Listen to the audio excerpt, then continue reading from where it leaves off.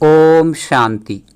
आइए सुनते हैं प्यारे बाप दादा की 4 अगस्त 2023 की साकार मुरली के मधुर महावाक्य। मीठे लाडले बच्चे, बाप आए हैं तुम्हारे लिए स्वर्ग की नई दुनिया स्थापन करने। इसलिए इस नर्क से दिल न लगाओ, इनको भूलते जाओ। प्रश्न: रहमदिल बाप तुम बच्चों पर किस रूप से कौन सा रहम करते हैं? उत्तर: बाबा कहते हैं, मैं बाप रूप से मीठी सैकरीन बन तुम बच्चों को इतना प्यार देता हूँ जो दुनिया में दूसरा कोई भी दे न सके। मैं तुम्हें पवित्र प्यार की दुनिया का मालिक बना देता हूँ। टीचर बन तुम्हें ऐसी पढ़ाई पढ़ाता हूँ जो तुम बहिश्त की बीबी बन जाते हो। यह पढ़ाई है मनुष्य से देवता बनने की। यह ज्ञान रत्न तुम्हें विश्व का मालिक बना देते हैं। गीत बजा है, कौन है माता कौन है पिता। ओम शांति। बच्चों को ओम शांति का अर्थ समझाया जाता है। ओम का अर्थ है आई एम आत्मा, मैं आत्मा निराकार परमात्मा की संतान हूँ। शरीर का फादर वह है जिसने जन्म दिया है। उनको कहा जाता है शरीर को जन्म देने वाला फादर, और शिव बाबा है आत्माओं का बाप। वह तो है ही है। ढेर के ढेर करोड़ों आत्माएं अपनी निराकारी दुनिया में रहती हैं। वहाँ सदैव निर्विकारी ही हैं। विकारी तो परम धाम में रह न सकें। पहले तो यह बात पक्की करनी पड़ेगी, मैं आत्मा, मेरा बाप परमात्मा। आत्मा के संबंधी सब भाई भाई हैं। इस शरीर के बाप को कहा जाता है लौकिक बाप। आत्मा के बाप को कहा जाता है पारलौकिक बाप, जो सभी का एक ही है। पुकारते भी हैं ना, ओ गॉड फादर, ओ पतित पावन रहमदिल। यह आत्मा ने पुकारा बाप को। आत्मा इस शरीर के साथ दुखी है। फिर सतयुग में आत्मा को शरीर के साथ सुख है, इसलिए उसका नाम ही है सुख धाम, स्वर्ग। यह नर्क गाया भी जाता है ना, दुख में सिमरन सब करें, सुख में करें न कोई। याद करते हैं पतित पावन को, समझते हैं पतित पावन बाप ऊपर परम धाम में रहता है। गंगा को पतित पावनी नहीं कहेंगे। गंगा को तो इन आँखों से देखा जाता है। निराकार बाप को अथवा आत्मा को नहीं देखा जा सकता। परम पिता परमात्मा प्राणदाता, जो दिव्य चक्षु विधाता है, उनको कहा जाता है ओ गॉड फादर क्रिएटर। अच्छा, फिर मदर कहाँ से आई? मदर बिगर बाप सृष्टि की रचना कैसे रचे? मदर तो जरूर चाहिए ना। गॉड फादर मनुष्य सृष्टि का रचयिता, वह सबका बाप। फादर है तो मदर भी जरूर होगी। बाप आकर समझाते हैं, मैं हूँ ही निराकार। मैं जब आऊँ, शादी करूँ, तब बच्चे होंगे। परंतु शादी तो करनी नहीं है, बच्चे पैदा करने हैं शादी बिगर। बच्चों को मैं एडाप्ट करता हूँ। समझो कोई को स्त्री नहीं है, चाहते हैं कि अपनी मिल्कियत किसको देकर जाऊं। फिर धर्म के बच्चे बनाते हैं, एडाप्ट करते हैं, तो माँ बाप दोनों ठहरे ना। तो बेहद का बाप कहते हैं कि मैं भी फादर हूँ, मैं कैसे रचूं? समझ की बात है ना। बाप खुद आकर समझाते हैं, मुझे शरीर तो चाहिए ना, तो इनका आधार लेता हूँ। तुम कहते हो हम ईश्वर की संतान हैं। ईश्वर की संतान तो सब हैं, परंतु इस समय बाबा सम्मुख आया हुआ है तुम बच्चों को गोद में लेते हैं। तुम समझते हो हम बाबा के बच्चे बने हैं। बाप है स्वर्ग का रचयिता। स्वर्ग का मालिक बनाने के लिए राजयोग सिखलाते हैं। खुद बैठ सब बतलाते हैं, मैं निराकार गॉड फादर हूँ। निराकार को मनुष्य सृष्टि का रचयिता कैसे कह सकते? तो बच्चों को एडाप्ट कर उन्हों को ही बैठ समझाते हैं कि मैं शिव निराकार हूँ, तुम भी निराकार आत्माएं हो। तुम गर्भ जेल में आते हो, मैं गर्भ जेल में नहीं आता हूँ। तुम्हारे लिए है आधा कल्प गर्भ महल, आधा कल्प है गर्भ जेल, क्योंकि आधा कल्प माया रावण पाप कराती है। सतयुग में माया होती नहीं जो पतित दुखी बनाए। मैं 21 जन्मों के लिए तुमको स्वर्ग का वर्षा देता हूँ। नई दुनिया स्वर्ग को कहा जाता है। मकान भी पुराना होता है तो पुराने को छोड़ नए में जाते हैं। यह भी पुरानी दुनिया है ना, वह नई दुनिया गोल्डन एज, पावन दुनिया। तो बाप कहते हैं, लाडले बच्चे मैं तुम्हारे लिए स्वर्ग स्थापन कर रहा हूँ, तुम फिर नर्क से दिल क्यों लगाते हो? अब नर्क को भूल जाओ, मुझ बाप और स्वर्ग को याद करो, पुरानी दुनिया को भूलते जाओ। यह बेहद का सन्यास। पुरानी देह सहित जो कुछ भी देखते हो उनका भी ममत्व छोड़ो। समझो हम सब कुछ ईश्वर को देते हैं। ये शरीर, धन दौलत, बच्चे आदि सब खत्म हो जाने वाले हैं। ये वही महाभारत लड़ाई है जिसके द्वारा मुक्ति जीवन मुक्ति के गेट्स खुलने हैं। हरि का द्वार कहते हैं ना, हरि कहा जाता है श्री कृष्ण को। उनका द्वार है वैकुंठ। वैकुंठ के गेट बाप आकर खोलते हैं। वहाँ कोई पतित जा नहीं सकता, इसलिए पतित से पावन बनाते हैं, दुख से लिबरेट करते हैं और कोई लिबरेट कर न सके। दुख हरता सुख करता बाप ही है। बाप कहते हैं, मैं तुमको राजयोग सिखाता हूँ, सदा के लिए सुख देने आया हूँ। मैं तुम्हारे लिए वैकुंठ हथेली पर लाया हूँ। तुम राजयोग सीखकर मनुष्य से देवता बनते हो। बुद्धि भी कहती है कि बरोबर समझ की बातें हैं। समझो यह पुरानी दुनिया है, फिर यह नई बनेगी। सर्वशक्तिमान एक ही बाप है जो अपनी शक्ति से स्वर्ग का मालिक बनाते हैं। चाहते भी हैं एक राज्य हो, ऑलमाइटी अथॉरिटी राज्य हो। सो तो सतयुग त्रेता में अटल अखंड सुख शांतिमय देवी देवताओं की राजधानी थी, कोई विघ्न नहीं था। उनको अद्वैत राज्य कहा जाता है। दूसरा धर्म नहीं जो दुखी बने।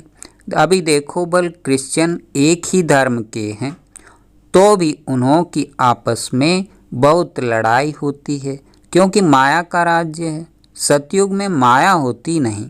अभी कहते हैं ओ गॉड फादर रहम करो। बाप कहते हैं रहम तो सब पर करूँगा, सब बच्चों को पापों से मुक्त करता हूँ, अर्थात पतित दुनिया से लिबरेट करता हूँ।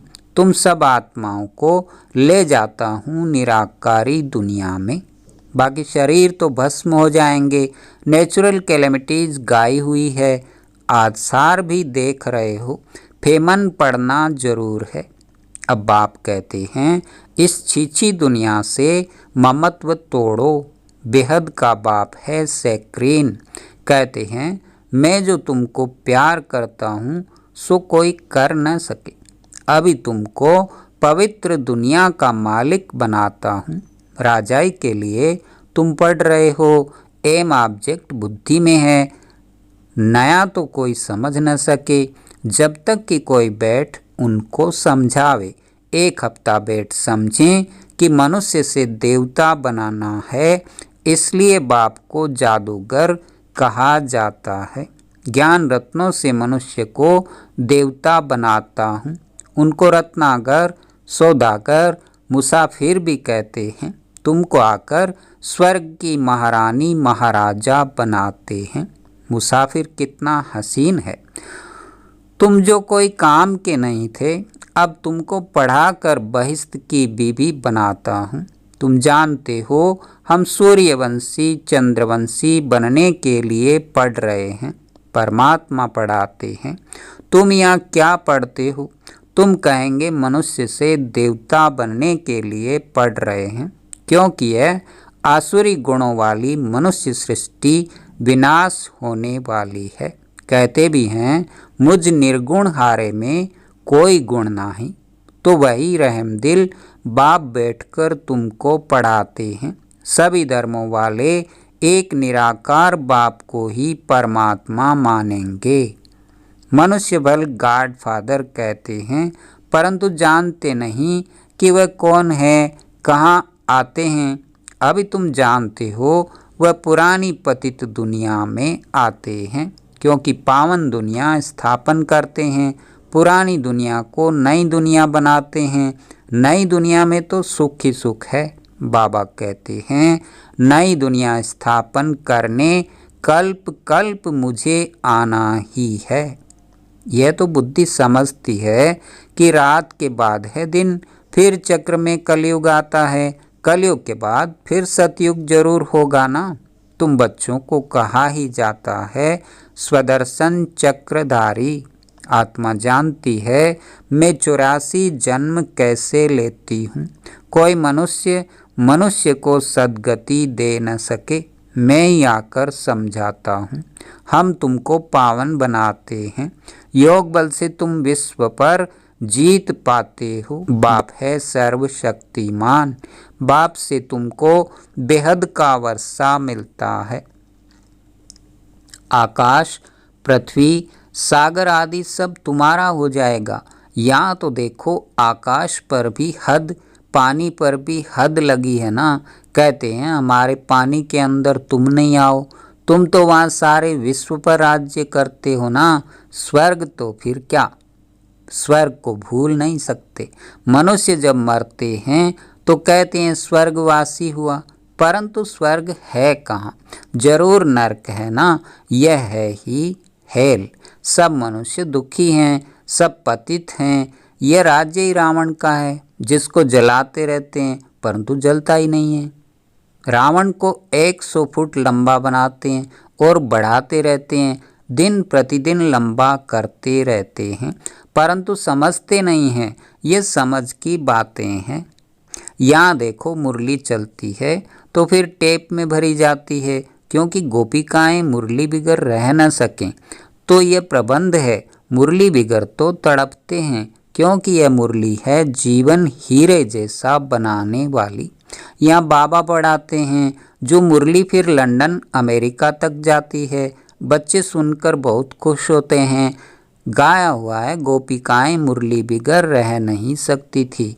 ये नॉलेज गॉड फादर ही सुनाते हैं। मुख्य एक बात समझानी है कि ये हमारा बेहद का बाप है। इनसे स्वर्ग का वर्षा मिलता है। आत्मा कहती है मेरा बाप परमात्मा है, वह आत्माओं को पढ़ा रहे हैं। ऐसा और कोई कह न सके कि मैं परमात्मा तुम आत्माओं को पढ़ाता हूँ। ऐसे भी नहीं कहेंगे कि मैं परमात्मा नॉलेजफुल हूँ। तुम बच्चों को बहुत अच्छी रीति समझाया जाता है, परंतु सबकी बुद्धि एक रस तो नहीं होती है। कोई की सतो प्रधान बुद्धि है, कोई की सतो रजो तमो। इसमें टीचर क्या करेंगे? टीचर कहेंगे पढ़ाई पर पूरा अटेंशन नहीं देते थे। गॉड फादर है नॉलेजफुल। जैसे टीचर नॉलेजफुल है, स्टूडेंट को पढ़ाते हैं, आप समान बनाते हैं, वैसे ही सृष्टि चक्र की नॉलेज गॉड फादर के पास ही है, और कोई नहीं जानते। बाप ही नॉलेज सिखलाए, नॉलेजफुल बनाते हैं। बाप है नॉलेजफुल, सबसे ऊंच है। ऊंचा जिसका नाम है, ऊंचा ठाव है। ब्रह्मा विष्णु शंकर है, सूक्ष्म वतन वासी। 3rd ग्रेड में है मनुष्य। मनुष्यों में भी ग्रेड है। सतयुग में मनुष्यों की ग्रेड बड़ी ऊंची रहती है। तुम गोल्डन एज में जाते हो, आयरन एज खत्म हो जाएगा। गोल्डन एज है तो सिल्वर एज नहीं, कापर एज है तो आयरन एज नहीं। ये सब बातें बुद्धि में रखनी है, इसलिए चित्र बनवाए हैं। सतयुग में बहुत थोड़े मनुष्य होते हैं, कलयुग में तो ढेर के ढेर मनुष्य पूछते हैं बाबा विनाश कब होगा। विनाश तब होगा जब नाटक पूरा होगा, सब चले जाएंगे। बाबा है मुक्ति जीवन मुक्ति का गाइड, वह रहते हैं परम धाम में। तुम भी वहाँ के रहने वाले हो या आए हो पाठ बजाने। बाप कहते हैं बच्चे तुम्हें माया पर जीत पानी है, इसमें हिंसा की कोई बात नहीं है। सतयुग में हिंसा होती नहीं, वहाँ है ही संपूर्ण निर्विकारी देवी देवताएं। अच्छा, मीठे मीठे सिकिल अधे बच्चों प्रति माता पिता बाप दादा का याद प्यार और गुड मॉर्निंग। रूहानी बाप की रूहानी बच्चों को नमस्ते। हम रूहानी बच्चों की रूहानी बाप दादा को याद प्यार गुड मॉर्निंग और नमस्ते। धारणा के लिए मुख्य सार। पहला, बुद्धि से बेहद का संन्यास करना है। पुरानी देह सहित जो कुछ इन आँखों से दिखाई देता है उनसे ममत्व निकाल बाप और स्वर्ग को याद करना है। दूसरा, पढ़ाई को अच्छी रीति धारण कर बुद्धि को सतो प्रधान बनाना है। मुरली ही पढ़ाई है, मुरली पर बहुत बहुत ध्यान देना है। वरदान, भाग्य की नई नई स्मृतियों द्वारा पुरुषार्थ में रमणीकता का अनुभव करने वाले मन दुरुस्त भवै। ब्राह्मण जीवन में लास्ट जन्म होने के कारण शरीर से चाहे कितने भी कमजोर या बीमार हैं, लेकिन मन सबका दुरुस्त है, उमंग उत्साह से उड़ने वाला है। पावरफुल मन की निशानी है, सेकंड में जहाँ चाहे वहाँ पहुँच जाए। इसके लिए सदा अपने भाग्य के गीत गाते उड़ते रहो। अमृत वेले से भाग्य की नई नई बातें स्मृति में लाओ।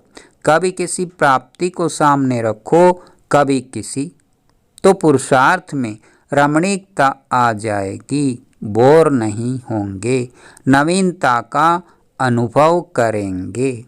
स्लोगन, आगे पीछे सोच समझकर हर कर्म करो तो सफलता प्राप्त होती रहेगी। अच्छा, ओम शांति, ओम शांति।